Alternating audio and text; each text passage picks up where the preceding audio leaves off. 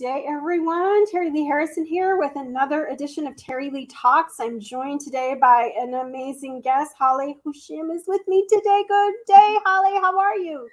Good day. Thank you so much for allowing me this time and space. I'm so excited to be here with you. Thank you. Oh, I'm delighted to have you here. We have had the opportunity to work closely together, and I want to tell you all, Haleh is a woman on a mission, and she is on fire right now serving others. So it's a real delight to have this opportunity to introduce my network to her. So, Haleh, how about if I introduce you formally, and then let's have you invite you to share some of your amazing tips and strategies for wellness for my listeners. Does that sound okay? I'm honored to. Yes. Oh, awesome. Awesome. Do y'all like her jet plane? Yep. One day she's going to have a real one and take me for a ride. So here we go. I will look forward to that. I will look forward to that. Definitely. I'll introduce you more formally now. So Haleh Houshim is a beacon of resilience and authenticity, and she has always carried an unwavering vision, living up to 200 plus years in optimal health. Is an inspiring voice behind Health Span with Haleh. Haleh channels her experiences into guiding others to embrace their true selves, discover unparalleled joy, and unlock the universe's limitless potential, as illustrated in her riveting book, You Are the Universe, the Master Creator. With unbounded enthusiasm and a heart full of gratitude, she beckons you to partake in this transformative journey of self-expression and boundless possibility. Don't you all want to get to know her better? I'm so excited to have you here. Oh my God, I'm super excited. This is so fun. Yes, I want to hear. You're the first one that I've heard talk about being able to expand our life up to 200 plus years. And so I know that optimizing health is so important to you. I know it's the life that you're living, Haleh, and I know that you have three specific areas you'd like to share with us today. So let's tackle them one at a time. So the first one is talk to us about weight loss. I know that's something that concerns so many people. Definitely. Let me go ahead and talk to you about weight loss. And this is just one aspect of it. So, weight loss, an impossible mystery, right? So, one of the first and the most important things to consider when attempting weight loss is organic foods. Personally, I only eat organic. Like my home is only organic, and as much as farmer direct food as I can get. So knowing your farmers and knowing where it's coming from. Some people still debate whether organic is just marketing, and I get it. So I recommend using the Dirty Dozen. It's a list published by the Environmental Working Group every year. So it's got the top 12 fruits and vegetables with the most pesticides, fungicides, and herbicides residues. I would stick to that list so you can try to avoid as many toxic chemicals as you can. The next part is finding a way to keep your body moving each day. Mm.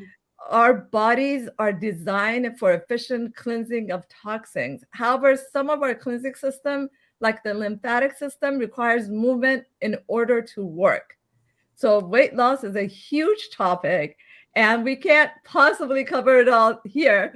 But if you need help making a change now, you can try a wonderful program called the Ultimate Lifestyle Transformation, which I recently did for the first time. I've been wanting to do that. So I finally did a 30-day detox.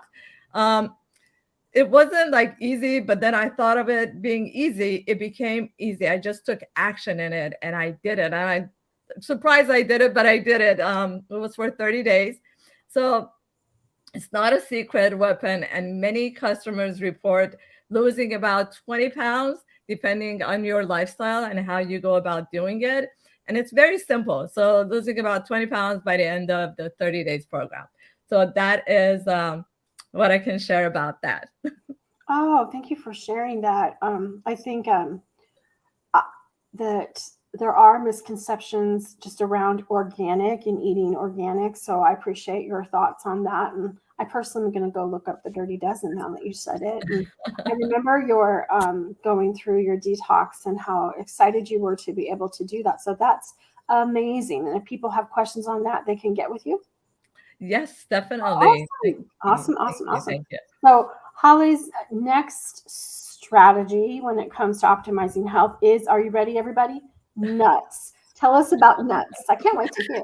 Oh my God, that is my favorite. Oh my God, that was when they told me, when I found out about nuts, it really took me by surprise. I'm like, oh, all the nuts are good, right? Why is it bad? I mean, they're all have nutrition. So I'll point on the peanuts of the nuts. Okay. Healthy snack. Okay. Think again. You think peanuts are a healthy snack? Well, I'll have you think again, because a lot of people go after peanuts because of the protein content. So they're fixing one area, but then most of us, if not all, have beautiful childhood memories of the classic peanut butter and jelly sandwich with the crust being cut off, right? I remember my mom would just cut all the sides out and then put it in this, what was it, like a plastic, little plastic case at that time, and a little flapped over. I remember opening that in school. So if your parents were a little fancy, maybe you had peanut butter jelly with a banana chopped on it or an apple on there too. Toasting the bread to take it up a little gourmet notch, like a peanut butter jelly panini. Oh my God, that makes me drool because I remember the taste. I remember the taste of that peanut butter jelly sandwich. It does taste really good. So, oh my God, just flashback. Okay, I haven't eaten that in many years. Had I known then what I know now, I probably never would have eaten it at all. Fond memories aside, did you know that peanuts aren't even nuts? They're actually legumes like beans and peas, which bring another set of issues. I won't get there right now. That's another topic. But there are multiple deeper problems with peanuts and many nuts. Most of the big companies add in cheap inflammatory oils like rapeseed oil, another name for canola, and toxic sugars like high fructose corn syrup. Now, that is the most important part. If the ingredients weren't bad enough, there's something even worse with peanuts and peanut products. Peanuts are well known to develop a type of mold called I have to pronounce this right, aflatoxin.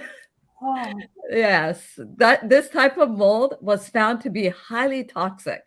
13 types of aflatoxin molds were discovered. However, research studies found that the most toxic aflatoxin is a major cause of liver disease, is linked to autoimmune reactions, digestive issues, and even cancer. I certainly recommend skipping peanuts, peanut butters, and only snacks or desserts that contain snacks or dessert that contains peanuts.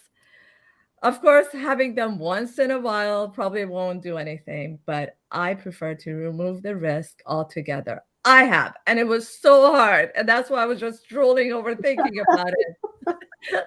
But I found alternatives. So what about, okay, so a lot of people ask, what about almonds or walnuts? Yeah, that was my next question. Tell me. So these are much better choices, but they have some issues too. Almonds, walnuts, and Brazil nuts are full of lactic acid, which blocks your body from absorbing minerals and interferes with digestive enzymes too. So I know, because I'm bummed out now. I could talk about this topic like forever. There's so much details, and I had to find out myself too, because my God, believe me, I've gone like vegan, raw, vegetarian. So I love nuts. So the best alternatives are pistachio. Luckily, I love pistachios. I love those. Okay. Macadamia and hazelnuts. Okay. Thankfully, I love these, all of them. So I have research to do now, and sunflower seeds are no go. Sunflower seeds are good, but there's a whole another role to I would stick to the nuts I mentioned, but you can do like I do occasionally sunflower seeds, but make sure it's organic and the seasonal when it's coming out because some of the molds and the stuff you can't taste it. That's the tricky part about it. Yeah. Okay. Whoa. I'm learning so much today. I had no idea. I had no idea. And I then, know. when I was in shock when I found out too, because I'm like, oh, really? So I got to find alternative. So what I also do for my body, a lot of people like eat it raw and it's okay with it. I like toasting them with a little sea salt. So it tastes really good. And sometimes I even put like an MCT oil on them and it really becomes tasty. that sounds really good. Okay. Well, I'm excited to try that and shift my thinking about nuts there. Tell us, the last one I know is just so important, and I don't know what you're going to say, but lately I'm meeting more and more people who are fitness people for seniors. So tell us what you want to share about for optimizing health when it comes to movement. Definitely. I covered a little bit on the first one, but I said about movement. So movement, it doesn't have to be hard. Like I usually one simple thing I do, and I'll go more in depth with it. A lot of people are on Zoom these days, and a lot of people sit. So you can for me, most of the time I'm standing or I do some movements or I have a board under me that it's like a flip flop. It goes up and down and you could do twists or you can do bicycles. There's different methods of movement when you're standing and working because I hear a lot of people say, well, I'm on Zoom, but there's ways around that. So about movement, this is really such a simple concept when it comes to moving our bodies to maintain health. We really overcomplicate it. We can get to a point where we start to justify skipping it all together. So I don't like saying I don't have time or it's too late or I'll get it later. The main point we all need to remember, including myself, is that moving our body isn't an option. It's not optional. Some of my body systems were designed to work in sync with our movement. So our lymphatic system is critical part of a storage immune system. Yet, unlike our circulatory system, the lymphatic system needs movement to pump the lymph fluid around through the lymph vessels, lymph nodes, glands, and organs. Now, choosing which exercise or activities to keep your body moving and in optimal health is much easier than you might think. The research done by multiple groups, including NASA, discovered that you choose something as simple as going for a walk, a bike ride, or even the chores around the home, right? That requires the force to push your body and engage your muscles. So you see, it's not that bad, right? It Oh, doesn't have to be hard. So our bodies were designed for a certain amount of rest and certain amount of movement. It's all about balancing act at the end of the day. And our modern society has become conditioned to live in an unbalanced state, unfortunately. We don't have to live it like that. We must do everything we can to maintain these miraculous gifts.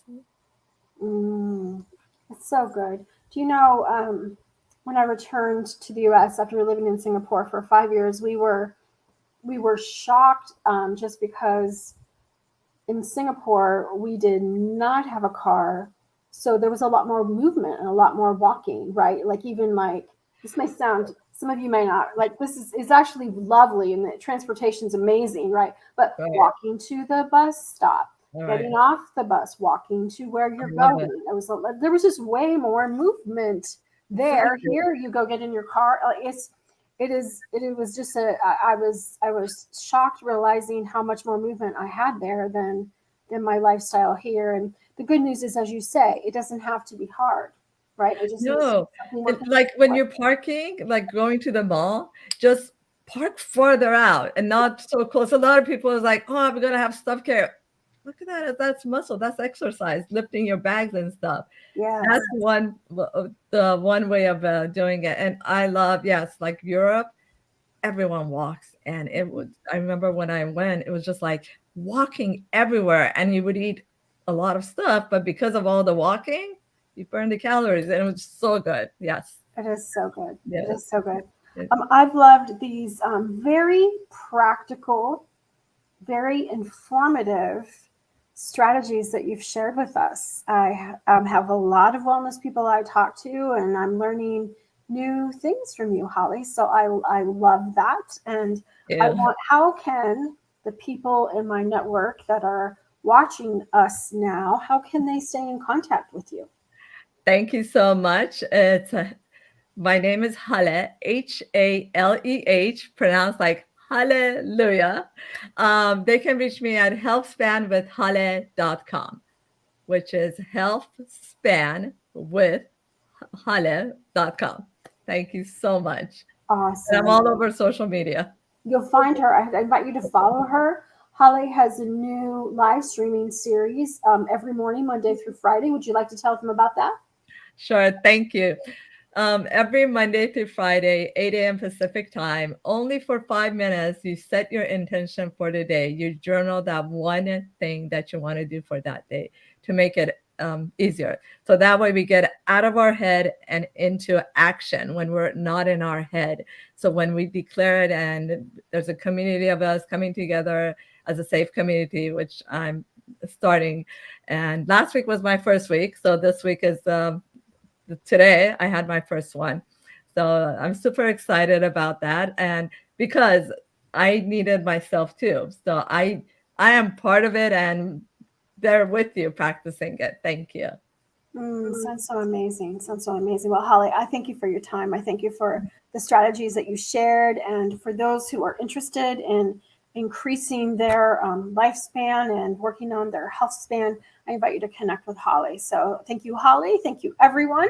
Wishing you all a great rest of your day. And until next time at Terilee Talks, we'll see you soon.